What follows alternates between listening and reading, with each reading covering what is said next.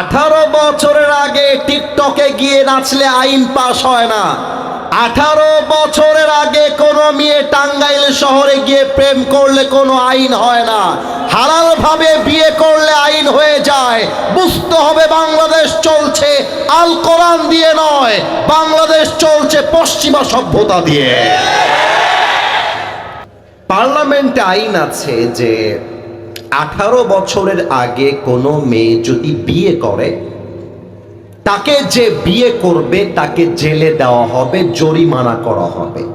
এখন আল কোরআনের পার্লামেন্ট গেলে আইন হবে 18 বছরের আগে কোনো মেয়ে যদি বিয়ে করতে চায় তাকে বিয়ে দেওয়া লাগবে। এটাই আল্লাহর কোরআনের সংবিধান। আচ্ছা, এখন কেউ যদি বলে হুজুর 18 বছর আগে বিয়ে করলে তো এটা বাল্য বিবাহ হয়ে যাবে, এটা তো ঠিক হবে না হুজুর। সেই সুশীল সমাজের কাছে আমি একটা প্রশ্ন রাখতে চাই, 18 বছরের আগে বিয়ে করলে যদি অন্যায় হয়ে যায় রাষ্ট্রের কাছে, আইনের কাছে, সংবিধানের কাছে, so this is my question to the parliament. এটা আমার দামি একটা প্রশ্ন। 18 বছরের আগে যেই মেয়েটা টিকটকে জামা খুলে নেচে বেড়ায় তার আইনটা কবে পাস হবে যুবক ভাইরা, তাই বলো আমাকে। 18 বছরের আগে টিকটকে গিয়ে নাচলে আইন পাস হয় না।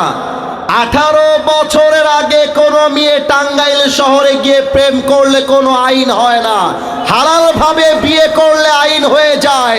বুঝতে হবে বাংলাদেশ চলছে আল কোরআন দিয়ে নয়, বাংলাদেশ চলছে পশ্চিমা সভ্যতা দিয়ে। This Quran has been sent down by him who has created the heavens and this biggest earth.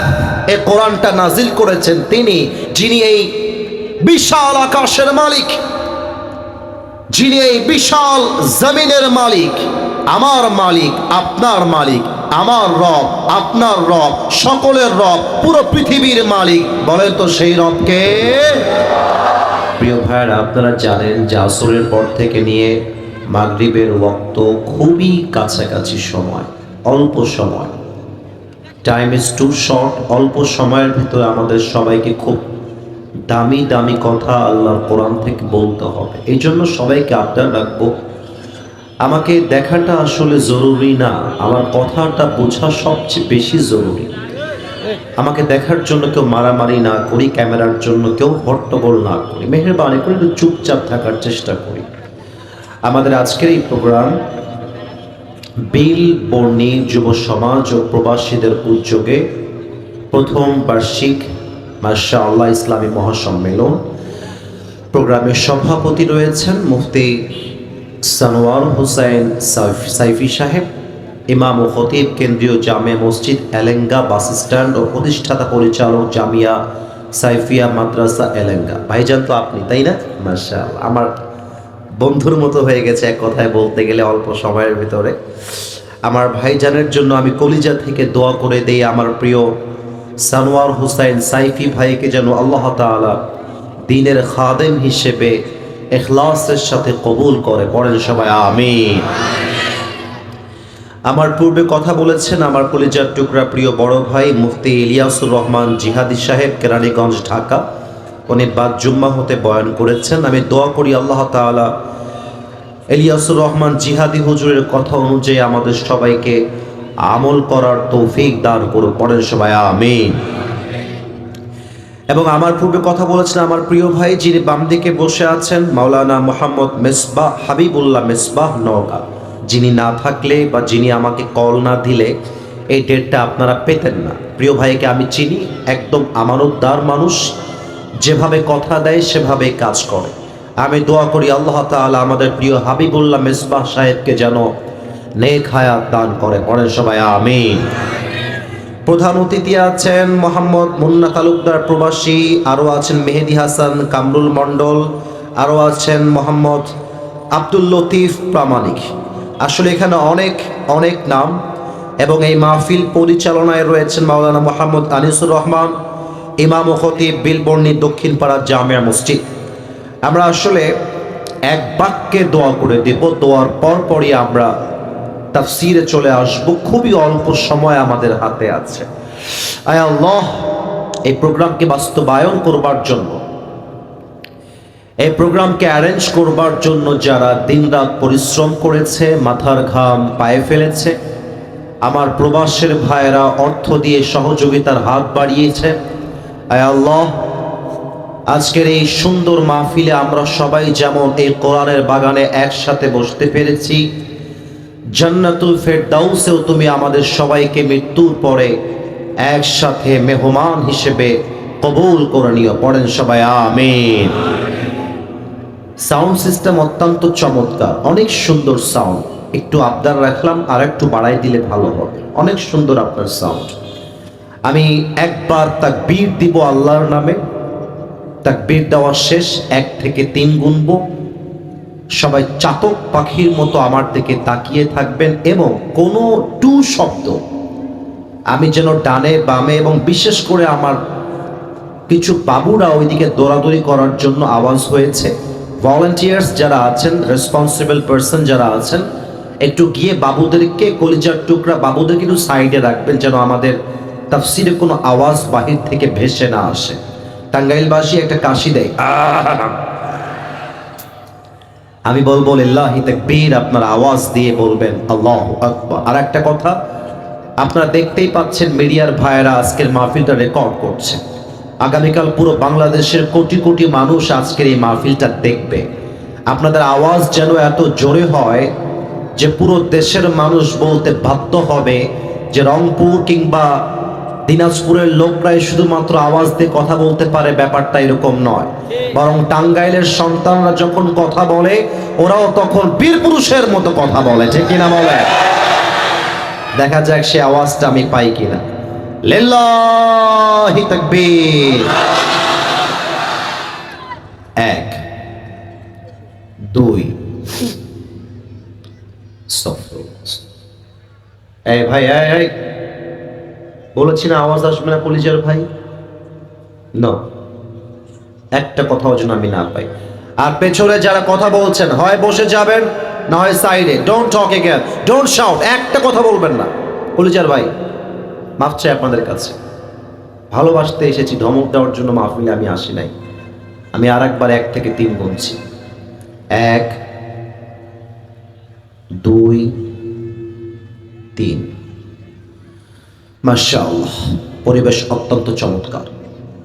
আজকে আমি কোরআন থেকে তাফসীরকে রিপ্রেজেন্ট করবার জন্য 14 নম্বর পারা সূরাতুন নাহলের 89 নম্বর আয়াত তেলাওয়াত করেছি। এবার টাঙ্গাইলবাসীর উত্তর দেওয়ার পালা। 89 নম্বর আয়াত। বলেন তো সবাই, কত 90? আপনারা অ্যাক্টিভ আছেন কিন্তু, খুব ভালো, ভালো লাগছে, ভালো লাগছে, মাশাআল্লাহ। আর একবার প্রশ্ন করি, বলেন তো কত 90 নম্বর আয়াত? আউযু বিল্লাহি মিনাশ শাইতানির রাজীম। ونزلنا عليك الكتاب تبيانا لكل شيء وهدى ورحمة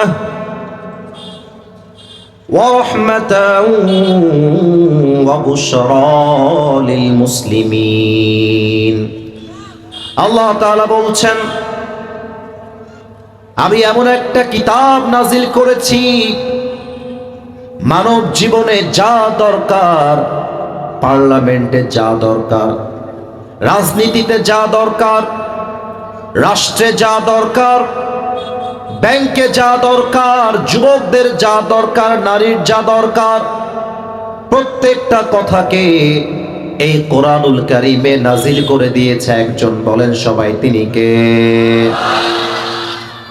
I have sent this Quran which is explaining everything in this world. এমন একটা কিতাব দিয়েছি, তোমার যা দরকার এমন কোনো কথা নাই যে কথা আমি আল্লাহ তাআলা এই কোরআনে বলে দেই নাই। তাও তো সুবহানাল্লাহ কইতে পারলেন না আপনারা সবাই মিলে। এবার সবাইকে একটা ঈমানের প্রশ্ন করি, ঈমানের প্রশ্ন। So you have to answer me very loudly. উত্তর হবে জবান খুলে। এই কোরআনে যে আল্লাহ সব বলে দিয়েছে, এই কোরআনে যে সব আছে, এই বিশ্বাস কি আমার আপনার সবার আছে? আর একটা জোরে বললে ভালো হয়, আছে? আমি যদি যে কোনো বিষয়ে আল কোরআনকে প্রশ্ন করি যে তোমার ভেতরে কি এই কথা আছে, কোরআন কি নো বলবে নাকি ইয়েস বলবে? ইয়েস বলবে। কিন্তু ইয়েস যে বলবে এটা আসিফ হুজুর খালি গলার চাপার জোরে বললেই তো হবে না, এটা তো কোরআন থেকে প্রমাণও দেওয়া লাগবে। কথা ঠিক আছে কিনা বলেন আপনারা সবাই?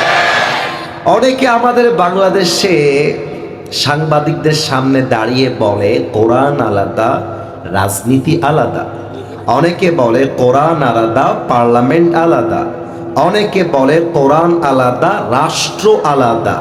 অনেকে তো বলেই দেয় রাজনীতির সাথে আল কোরআনের কোনো সম্পর্ক নেই।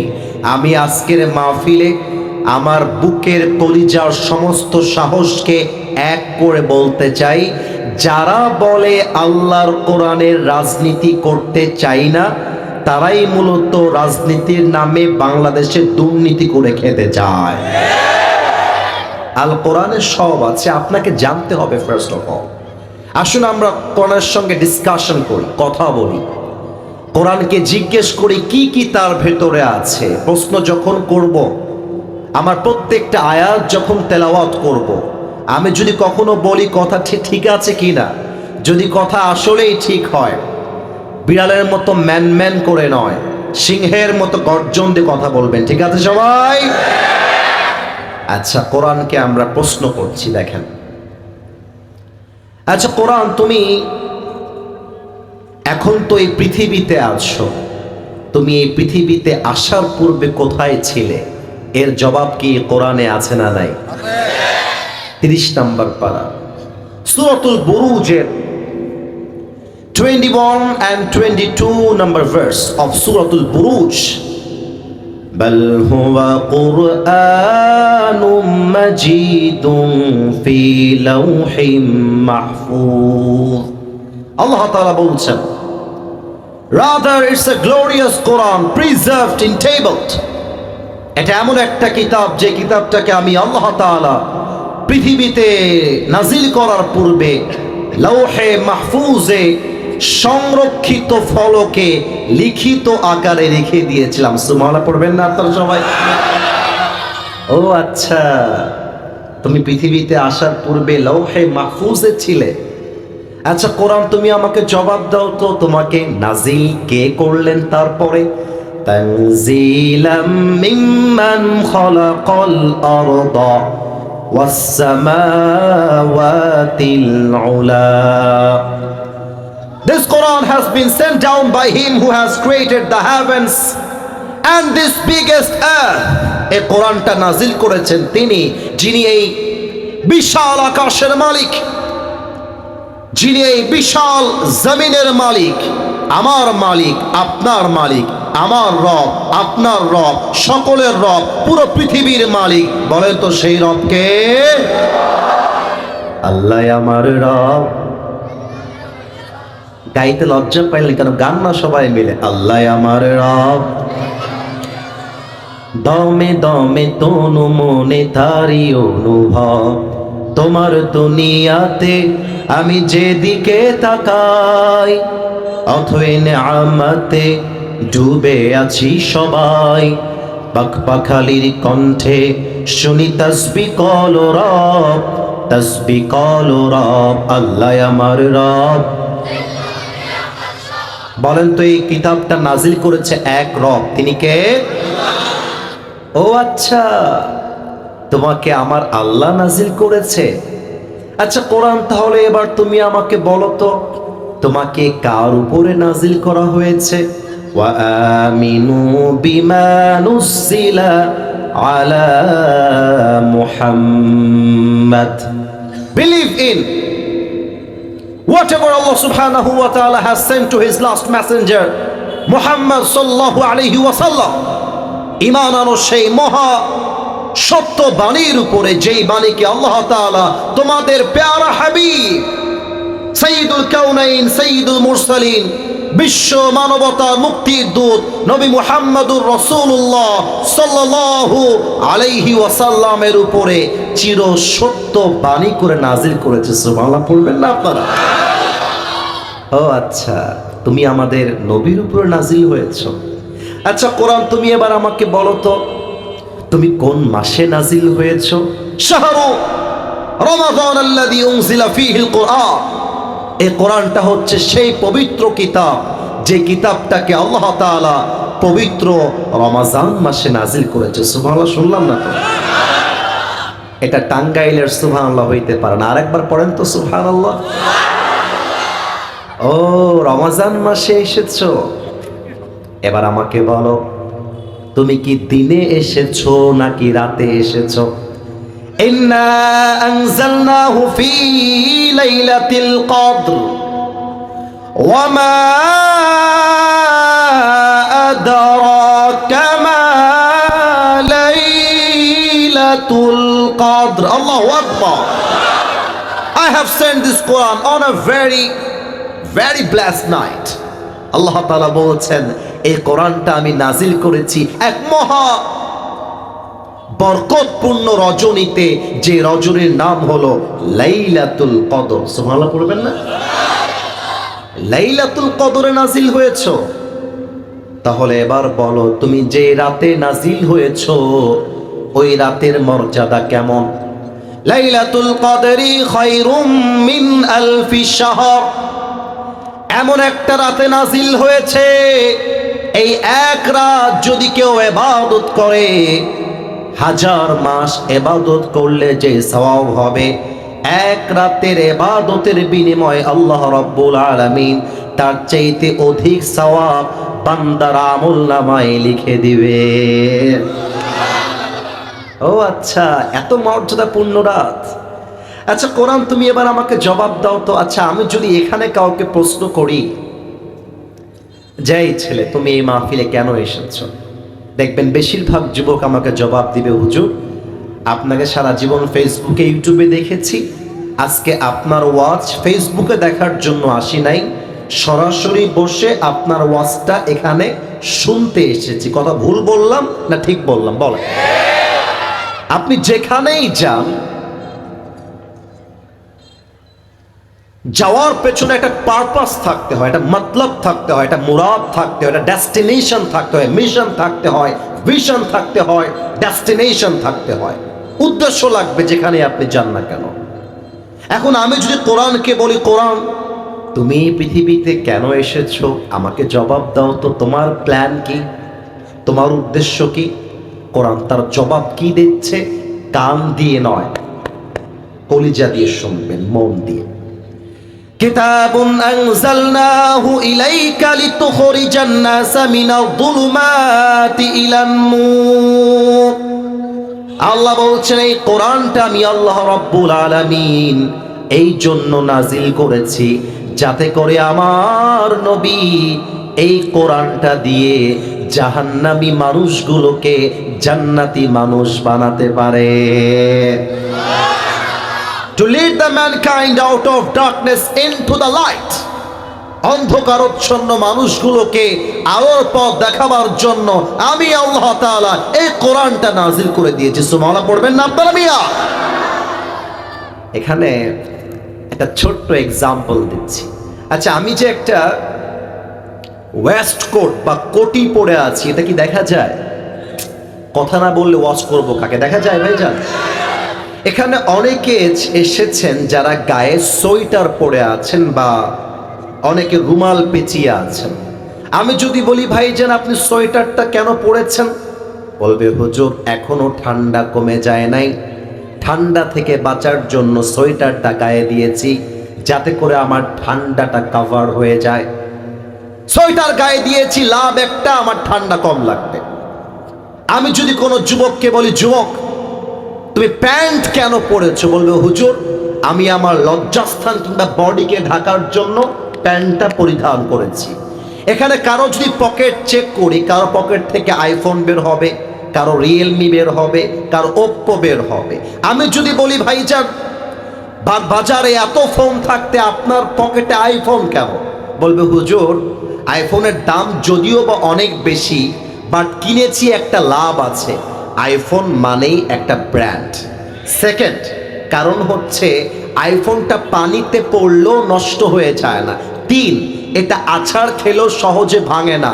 4 আইফোন ইউজ করলে স্মুথলি ইউজ করা যায়। ও আচ্ছা, এই লাভের আশায় কিনেছো, মাশাআল্লাহ।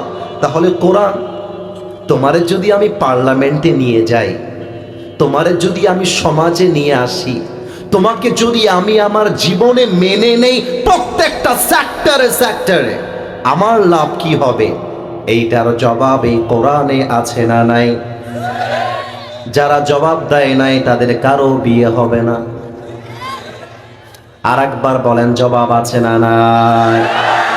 ফামান তাবিআ হুদায়া ফালা খাউফুন আলাইহিম ওয়ালা হুম ইয়াহজানুন। আল্লাহু আকবার। এই কোরআনকে যে মানবে, যে আদর্শ হিসেবে অ্যাকসেপ্ট করবে, যে আমার কথাকে ফলো করবে, আমি গ্যারান্টি দিলাম যে রাষ্ট্র চলবে আল্লাহর কোরআন দিয়ে, ওই রাষ্ট্র হয়ে যাবে দুর্নীতি মুক্ত রাষ্ট্র। ওই রাষ্ট্র হয়ে যাবে ভয় ভীতিহীন পূর্ণ, একদম ভয় ভীতিহীন মুক্ত রাষ্ট্র। সুবহানাল্লাহ পড়বেন না আপনারা? আচ্ছা, শুধুমাত্র শান্তির রাষ্ট্র কোরআন দিয়ে চললেই হবে বললেই তো হয় না, বাস্তবেও তো দেখাই তো হবে যুবক ভাইরা, তাই না? বলো সবাই। আচ্ছা, তোমরা, আমি এখন যে কথাটা বলবো কারো চোখ যেন পেছনে কিংবা ডানে না যায়। চোখ আমার দিকে আছে, আমার দিকে থাকবে। আজকের এই মাহফিলে যুবকরা যেমন এসেছে, মুরব্বীরা যেমন এসেছে, মায়েরাও তেমন এসেছে, বোনেরাও তেমন এসেছে। কথা কি ভুল বললাম না ঠিক বললাম? আচ্ছা দেখেন, পার্লামেন্টে আইন আছে যে 18 বছরের আগে কোনো মেয়ে যদি বিয়ে করে, তাকে যে বিয়ে করবে তাকে জেলে দেওয়া হবে, জরিমানা করা হবে। এখন আল কোরআনের পার্লামেন্ট গেলে আইন হবে 18 বছরের আগে কোনো মেয়ে যদি বিয়ে করতে চায় তাকে বিয়ে দেওয়া লাগবে, এটাই আল্লাহর কোরআনের সংবিধান। আচ্ছা, এখন কেউ যদি বলে হুজুর 18 বছর আগে বিয়ে করলে তো এটা বাল্য বিবাহ হয়ে যাবে, এটা তো ঠিক হবে না হুজুর। সেই সুশীল সমাজের কাছে আমি একটা প্রশ্ন রাখতে চাই, 18 বছরের আগে বিয়ে করলে যদি অন্যায় হয়ে যায় রাষ্ট্রের কাছে, আইনের কাছে, সংবিধানের কাছে, so this is my question to the parliament. এটা আমার দামি একটা প্রশ্ন। 18 বছরের আগে যেই মেয়েটা টিকটকে জামা খুলে নেচে বেড়ায়, তার আইনটা কবে পাস হবে যুবক ভাইরা? তাই বলো আমাকে। 18 বছরের আগে টিকটকে গিয়ে নাচলে আইন পাস হয় না। 18 বছরের আগে কোনো মেয়ে টাঙ্গাইল শহরে গিয়ে প্রেম করলে কোনো আইন হয় না। হালাল ভাবে বিয়ে করলে আইন হয়ে যায়। বুঝতে হবে বাংলাদেশ চলছে আল কোরআন দিয়ে নয়, বাংলাদেশ চলছে পশ্চিমা সভ্যতা দিয়ে। কোরআনটা পার্লামেন্টে নিয়ে যান, যুবকদের বিয়ে সহজ হয়ে যাবে। 1 নাম্বার কথা। তবে আমি একটা কথা, দুঃখের, বাপরে, বিয়ের কথা শুনে খুব লাড্ডু নাকি, খুশি সামলাইতে পারতেছে না, একেবারে খুশি। আচ্ছা, এদিকে আমার দিকে অনেক মেয়েকে আমি দেখেছি ওই আপনাদের রোড দিয়ে ঢোকার সময় দেখার জন্য লাভ দিয়ে দিয়ে উঠতেছে। বোরকাওয়ালি আমার প্রিয় সম্মানিতা বোনেরা, তাদের জন্য একটা গুরুত্বপূর্ণ মেসেজ দিয়ে যায়। দাড়ি টুপি রাখলে যেমন হুজুর হওয়া যায় না, বোরকা পড়লেই তেমন দিনদার মেয়ে হওয়া যায় না। দেখবা পার্কে যত মেয়ে প্রেম করে তার 80% মেয়ে বোরকাওয়ালিরাই প্রেম করে। এমন ভাবে বোরকা পরে দেখলে মনে হবে यार ये लड़की तो अभी के अभी जन्नत से भाग के दुनिया में उतर के आई है माशाআল্লাহ। কিন্তু আমি যখন দেখি রাস্তায় কোনো মেয়ে বোরকা পরে প্রেম করছে, তখন আমার চিৎকার করে বলতে মনে চায়, উপরে ফিটফাট ভেতরে পুরোটাই সদরঘাট। আবার অনেক মেয়ে আছে দেখবা, না আমি এগুলো বলবো না, আপনারা রাগ করবেন না। না আমরা তো, আচ্ছা আমি এই পর্যন্ত কমপক্ষে 7 থেকে 10টা আয়াত তেলাওয়াত করেছি না, তরজমা করেছি না।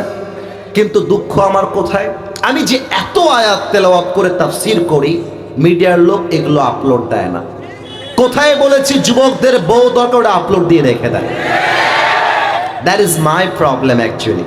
সো আমরা আর একটা প্রশ্ন করতে চাই, কোরআন পার্লামেন্টে যাবে, আমরা চাই নাকি চাই না?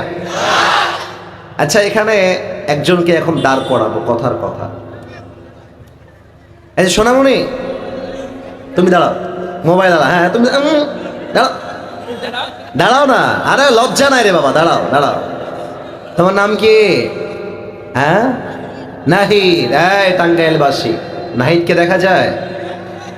এ সব মরা দেখা যায় রে বাবা। নাহিদ, তোমার বাসা কি এই এলাকায়, পাশের এলাকায়? আচ্ছা ঠিক আছে, আমি একটা এক্সাম্পল দিচ্ছি। মনে করেন নাহিদ হচ্ছে এই এলাকার একটা পাতি নেতা। হাসলেন কেন রে বাবা? পাতি নেতা মানে বোঝেন না আপনারা? পাতি নেতা মানে হচ্ছে টাকা কম, ভাব বেশি, ক্ষমতা কম, দাপট বেশি। এরকম পাতি নেতা বাংলাদেশে আছে না? তা আমি যে বলেছি আল্লাহর কোরআন দিয়ে দেশ চলবে, এটা আবার পাতি নেতার গায়ে লেগে গেছে কাটার মতো। তা আমি যখন রাস্তা দিয়ে বের হয়ে যাব, পাতি নেতা দল বল চেলা বেলা নিয়ে আমার সামনে, কি হুজুর কে এসেছিলেন কবরের ওয়াজ করতে, আর এসে বলছেন আল কোরআনের বাংলাদেশ চলবে। কারণ পাতি নেতা বুঝে গেছে পার্লামেন্টে কোরআন গেলে তার চাঁদাবাজি বন্ধ হয়ে যাবে। পাতি নেতা বুঝে গেছে আল কোরআন দিয়ে দেশ চললে আমার টেন্ডার বাজি বন্ধ হয়ে যাবে। বলছে হুজুর আজকে আপনি এলাকা ছাড়তে পারবেন না। আমার জন্ম হয়েছে খুলনায়, বাট আমার ব্রট আপ বা বড় হওয়া হয়েছে রাজশাহীতে। রাজশাহীতে একটা ভাষা আছে, কি বে তোর বাড়ি কোথায় বে, তুই কাকে লাড়তে কাকে লাড়াছিস বে মামুর বেটা, এটা রাজশাহীর ভাষা। তা আমি খেপে গেছি নাহিদের উপর। নাহিদ এক ধরত, যুবকরা ধরেছে, আমি গাড়ি থেকে নেমে গেছি। আমি নেমে নাহিদের নাক বরাবর একটা ঘুষি মেরেছি, এক ঘুষি। নাহিদও খেপে গেছে, হুজুর আমাকেও দিয়েছে একটা ঘুষি নাক বরাবর দিয়ে। আমাদের দুইজনের মাঝে ফাইট শুরু হয়ে গেছে। আমি ফাইটের একটা পর্যায়ে, আমি কিন্তু মজার জন্য বলছি না, আমি বোঝাবো আল্লাহর আইন কি আর মানুষের আইন কি। এখন ড্রাইভার সাহেবকে বলছি, ড্রাইভার সাহেব আমার গাড়ির পেছনে বিশাল বড় একটা রামদা আছে, বের করেন। আরে রামদা নাই, কিন্তু মজা করে বললাম। এখন ড্রাইভার সাহেব রামদা বের করেছে, যে হুজুর এই নেন রামদা, এই শালাকে দেখে নেন। তা আমি রামদাটা নিয়ে রাগের মাথায় নাহিদের ডান পায়ে একটা কোপ দিয়েছি। একটা কোপে নাহিদের ডান কাটা পাটা কেটে পড়ে গেছে মাটিতে, ডান পা। এখন ডান পা যে আমি কেটে দিয়েছি একটা কোপে, আমার হাবিবুল্লাহ মেজবা ভাই, আমার কলিজার টুকরা প্রিয় ভাই, সবাই মিলে আমাকে ধরেছে, হুজুরকে ধর, হুজুরকে জেলখানায় দেওয়া লাগবে, হুজুর পা কেটে দিয়েছে। বাস পুলিশ এসে আমাকে জেলখানায় ভরে দিল। 1 মাস পরে আমার টাঙ্গাইলের জেলা আদালতে বিচার হবে, আমি জজ কোর্টে দাঁড়িয়েছি। এখন জজ সাহেব বলছে, হুজুর আপনার চেহারা তো মাশাআল্লাহ সুন্দর আছে, কিন্তু চরিত্রটা আপনার আহামরি ভালো না। কেন স্যার, আমি কি করলাম? বলছে আপনি গেছেন ওয়াজ করতে, ওয়াজ করবেন, পা কাটলেন কেন? ঠিক আছে, যেহেতু আপনি অন্যায় করেছেন, বাংলাদেশে একটা আইন আছে, সংবিধান আছে, প্যানেল কোড আছে। বাংলাদেশের যে গণতান্ত্রিক আইনের নিয়ম আছে, সেই আইনে আপনার বিচার করা হলো, আপনি 5 বছরের জেল হবে আপনার, আর 3 লাখ টাকা জরিমানা। এবার সবার উত্তর দেওয়ার পালা। 5 বছরের জেল আর কয় লাখ টাকা জরিমানা? আওয়াজটা জোরে পায় নাই, আর একবার, 5 বছরের জেল আর কয় লাখ টাকা জরিমানা। এখন আমার টাঙ্গাইলবাসীর কাছে একটাই আবদার, জাস্ট কান দিয়ে নয়, কলিজা দিয়ে, মন দিয়ে কথাগুলো শুনতে হবে। এবার কথাগুলো বোঝার ট্রাই করবেন। আমি যে পা কাটলাম, বিচার হলো 5 বছরের জেল, 3 লাখ টাকা জরিমানা। এই বিচারটাকে ইনসাফের বিচার হলো কিনা বোঝার জন্য একটা কথার কথা দাড়িপাল্লা নিয়ে আসেন। ওই দাড়িপাল্লার ডান দিকে নাহিদের ডান পাটা কাটা রেখে দেন, আর দাড়িপাল্লার বাম দিকে 5 বছরের জেল আর 3 লাখ টাকা রেখে দেন। এবার সবার কাছে প্রশ্ন, একদিকে ডান পা কাটা আর একদিকে 5 বছরের জেল আর 3 লাখ টাকা জরিমানা। আমি যদি কিয়ামত পর্যন্ত দাড়িপাল্লা টানতে থাকি, দুইটা পাল্লা কি কখনো সমান সমান হবে? এত আস্তে কইলেন কেন? সমান সমান হবে। আমি যদি জেল বাড়াই দেই 10 বছর আর টাকা বাড়াই দেই 5 লাখ টাকা, তাও কি সমান সমান হবে? সমান সমান করতে চাইলে আল্লাহর কোরআন দিয়ে আইন পাস করতে হবে। কেমনে? না আগে ঠিক না, আগে বোঝো। আবেগ কম, বিবেক লাগবে বেশি। ওয়াকাতাবনা আলাইহিম ফিহা ওয়াল আইনা বিল আইনি ওয়াল আনফা বিল আনফি ওয়াল উযুনা বিল উযুনি ওয়াস সিন্না বিস সিন্নি ওয়াল জুরুহা কিসাস। আল্লাহ বলছেন, কেউ তোমার চোখ তুললে তুমি তার চোখ তুলে নিবা, কেউ তোমার কান কাটলে তুমি তার কান কেটে ফেলবা। চোখের বদলে চোখ, নাকের বদলে নাক, কানের বদলে কান, হাতের বদলে হাত, পায়ের বদলে পা, জানের বদলে জান। আর এটার নামই তো আল্লাহর কোরআনের সংবিধান। এবার আপনি এক কোপ দিয়ে আমার ডান পা কেটে ফেলেন, দাড়িপাল্লা নিয়ে আসেন, দাড়িপাল্লার ডান দিকে নাহিদের ডান পা রাখেন, দাড়িপাল্লার বাম দিকে আসিফ হুজুরের ডান পা কেটে রেখে দেন। এবার টান দেন, দেখবেন দাড়িপাল্লা দুই দিকে সমান সমান হয়ে গেছে। ওমান হাকামা বিহি আদালা। এই কোরআন দিয়ে যে বিচার করবে সেই তো ইনসাফের বিচার করতে পারবে। আর একটা ছোট্ট এক্সাম্পল দেই, দেখেন আগামীতে নির্বাচন আসছে, যদি আল কোরআন দিয়ে দেশ সত্যিই চলে, কত যে সুন্দর বাংলাদেশ হবে, এটা আমরা কল্পনাই করতে পারবো না। ঠিক কিনা বলে? আমার ভাইজানের হাতটা তুললাম, ভাইজানকে দেখা যায় না? কথা না বললেও অজমা দেখা যায়। আমার ভাই হচ্ছে টাঙ্গাইলের একজন এমপি, কথার কথা। তার একটা ছেলে আছে যিনি ডান পাশে বসে আছে, কথার কথা। আর আমি আসিফ হলাম একজন রিক্সাওয়ালার ছেলে। কি ব্যাপার? রিক্সাওয়ালার ছেলে শুনে লজ্জা পাইলেন মনে হয়? কিসের লজ্জা ভাইজান? আমার বাপ তো রিক্সা চালায় খায়, আমার বাপ তো চাঁদাবাজি করে খায় না। আমার বাপ রিক্সা চালায় খায়, আমার বাপ তো ঘুষের টাকায় চলে না। ঠিক কিনা বলে? আমি হলাম রিক্সাওয়ালার ছেলে। এখন আমি রাস্তায় একজন মেয়েকে ইফতিজিং করলাম, এবং এমপির ছেলে সেও একজন মেয়েকে ইফতিজিং করলো। দুইজনের নামে মামলা হলো, আমাকেও পুলিশ ধরলো, তাকেও পুলিশ ধরলো। আল কোরআনের পার্লামেন্ট মানে হলো এমপির ছেলের যেই বিচার হবে, রিক্সাওয়ালার ছেলের সেই বিচার হবে, রিক্সাওয়ালার ছেলের যেই বিচার হবে, এমপির ছেলেরও সেই বিচার করতে হবে। এটার নামই আল্লাহর কোরআনের বাংলাদেশ। কথা ঠিক আছে কিনা বলে? 3 নাম্বার আর একটা কথা বলে সামনের দিকে এগিয়ে যাব। এই আপনাদের এলাঙ্গার বিশ্ব রোড আছে না? এলাঙ্গার এমন কোনো গাড়ি নাই যে গাড়ি এই রোড দিয়ে যায় না। কথার কথা খেয়াল করেন। এই আমি কিন্তু মজার মধ্যে নেই, আমি কিন্তু খুব সিরিয়াস কথা বলছি, রাষ্ট্রের কথা বলছি। মনে করেন এলাঙ্গার রোডটা রাস্তার মাঝখানে ভেঙে গেছে, বিশাল 1 কিলোমিটার রাস্তা ভাঙ্গার ভাঙ্গা। আমি আসিফ হুজুর টাঙ্গাইলের এলাঙ্গার একজন এমপি, কথার কথা। পার্লামেন্টে আমি বক্তব্য রাখলাম বাজেট পাস করবার জন্য। পার্লামেন্ট থেকে আমাকে বাজেট দেওয়া হলো 20 কোটি টাকা এলাঙ্গার রোড ঠিক করার জন্য। কথার কথা। আল কোরআনের বাংলাদেশ মানে হচ্ছে ফামাইয়া আমাল মিসকালা যাররাতিন খায়রান ইয়ারা ওয়া মাইয়া আমাল মিসকালা যাররাতিন শাররান ইয়ারা। If anyone has done an atom sort of good, he will see it. If anyone has done an atom sort of bad, he will see it on the day of judgment. প্রত্যেকটা জাররা যাররা আমলের হিসাব দেওয়া লাগবে। আপনি যে 20 কোটি টাকা পেয়েছেন, আপনি কয় টাকা সিমেন্ট কিনতে ব্যয় করেছেন, কয় টাকা পাথর কিনতে ব্যয় করেছেন, কয় টাকা মিস্ত্রি বিল, কয় টাকা লেবার বিল, কয় টাকা গাড়ির বিল, কোথায় কয় টাকা কেমন ভাবে খরচ হয়েছে, এটা রাষ্ট্রের কাছে আর জনগণের কাছে বোঝায় দেওয়া, এটার নামই আল্লাহর কোরআনের বাংলাদেশ। এমপি সাহেব 20 কোটি পায়, এমপির চামচারা 5 কোটি মেরে দেয়, আর এমপি নিজেই 10 কোটি মেরে দেয়, ঠিক কিনা বলে?